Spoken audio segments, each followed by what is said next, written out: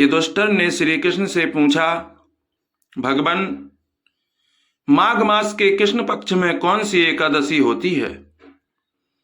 उसके लिए कैसी विधि है तथा उसका फल क्या है? कृपा करके हमें अवश्य बताइए। युधिष्ठिर की बात सुनकर भगवान कृष्ण बोले, हे धर्मराज, आपका प्रश्न जनहित में है।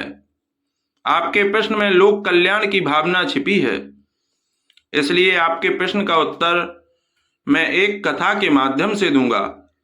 कृपा करके आप पूरे मन से श्रद्धा पूर्वक इस कथा का अवश्य श्रवण करें, क्योंकि इस कथा को श्रद्धा पूर्वक सुनने से अत्यधिक पुण्य की प्राप्ति होती है, और जो इस कथा को पूरा सुनता है उसके घर में धन धान्य की कभी कमी नहीं होती है, और इस कथा को सुनने से कभी नरक में नहीं जाना पड़ता।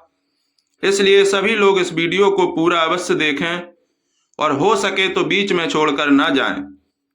मित्रों, माघ मास की एकादशी को षटतिला एकादशी कहते हैं, और इस बार षटतिला एकादशी आज दिन शनिवार 25 जनवरी 2025 को मनाई जाएगी। तो आप जरूर षटतिला एकादशी को अच्छी तरह समझ लें। आगे श्री कृष्ण कहने लगे, हे धर्मराज युधिष्ठिर, अब मैं अपनी कथा प्रारंभ करता हूं। एक समय की बात है, एक ब्राह्मणी अपने पति के स्वर्गवास के बाद भगवान विष्णु की अत्यंत भक्ति में लीन हो गई। वह प्रति मास एकादशी का व्रत रखती थी और भगवान के चरणों में लीन रहती थी, परंतु भक्ति के साथ साथ दान और पुण्य के महत्व को वह नहीं समझ पा रही थी। उसकी भक्ति में त्याग और उदारता का अभाव था। यह देखकर जगत के पालनहार भगवान विष्णु चिंतित हो उठे। उन्होंने सोचा कि मेरी यह भक्त इतनी निष्ठा से मेरी उपासना करती है, परंतु दान के अभाव में उसकी भक्ति अधूरी है। तब भगवान ने एक लीला रची। वे स्वयं एक भिक्षुक का वेश धारण कर उस ब्राह्मणी के निवास पर पहुंचे और भिक्षा मांगी। ब्राह्मणी ने अनजाने में भगवान को एक मिट्टी का ढेला दे दिया। भगवान विष्णु उस मिट्टी के ढेले को लेकर अपने दिव्य धाम बैकुंठ चले गए। समय बीतता गया और ब्राह्मणी ने भी देह त्याग कर दिया। अपने पुण्य कर्मों के फलस्वरूप वह स्वर्ग लोक में पहुंची। वहां उसने अपनी कुटिया देखी, जो अन्न और धन से पूरी तरह खाली थी। यह देखकर वह बहुत दुखी हुई और भगवान विष्णु के पास गई। विनम्रता पूर्वक उसने भगवान से पूछा, हे प्रभु, मैंने जीवन भर आपकी पूजा अर्चना की है, फिर भी मेरी कुटिया इतनी खाली क्यों है? भगवान विष्णु ने ब्राह्मणी को शांत करते हुए दान के महत्व के बारे में बताया। उन्होंने उसे याद दिलाया कि उसने भिक्षा में उन्हें एक मिट्टी का ढेला दिया था। भगवान ने कहा, तुम्हारी भक्ति सच्ची है, लेकिन दान के बिना वह पूर्ण नहीं होती। जब देव कन्याएं तुमसे मिलने आएंगी, तुम अपनी कुटिया का द्वार खोलना। वे तुम्हें षटतिला एकादशी व्रत की महिमा बताएंगी। भगवान विष्णु की आज्ञा का पालन करते हुए ब्राह्मणी ने धैर्य पूर्वक प्रतीक्षा की। कुछ समय बाद दिव्य सौंदर्य से परिपूर्ण देव कन्याएं उसकी कुटिया पर आईं। ब्राह्मणी ने उनका स्वागत किया और विनम्रता पूर्वक षटतिला एकादशी व्रत के बारे में पूछा। देव कन्याओं ने ब्राह्मणी को इस व्रत का पूरा विधान बताया।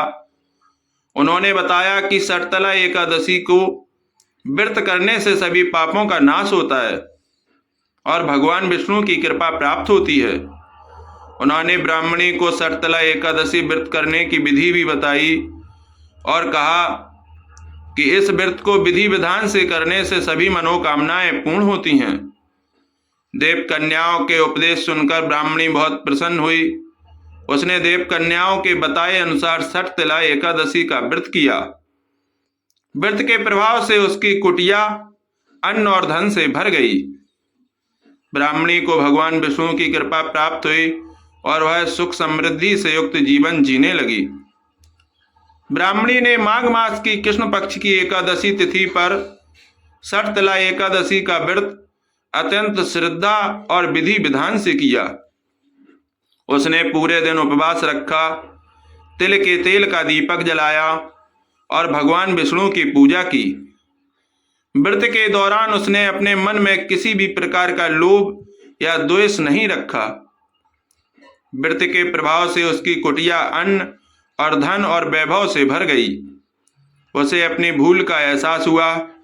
जब उसने देखा कि उसके पास इतना सब कुछ होते हुए भी वह दुखी रहती थी, उसे समझ आया कि धन और वैभव अकेले सुख नहीं दे सकते।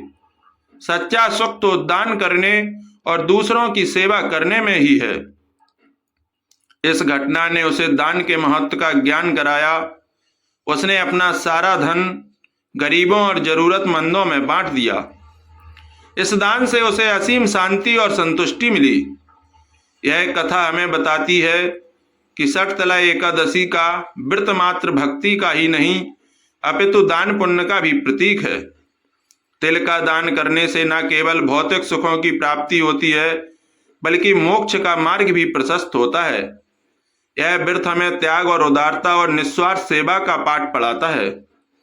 और दोस्तों, कहानी कैसी लगी कमेंट करके अवश्य बताएं और अधिक से अधिक शेयर करें। और मित्रों, अगर आप हमारे चैनल पर नए हैं तो चैनल को सब्सक्राइब करना ना भूलें। दोस्तों, फिर मिलेंगे बहुत जल्दी अगली कहानी को लेकर। तब तक के लिए प्यार भरा नमस्कार। आपका दिन शुभ हो। जय जय श्री राधे, जय जय श्री राम।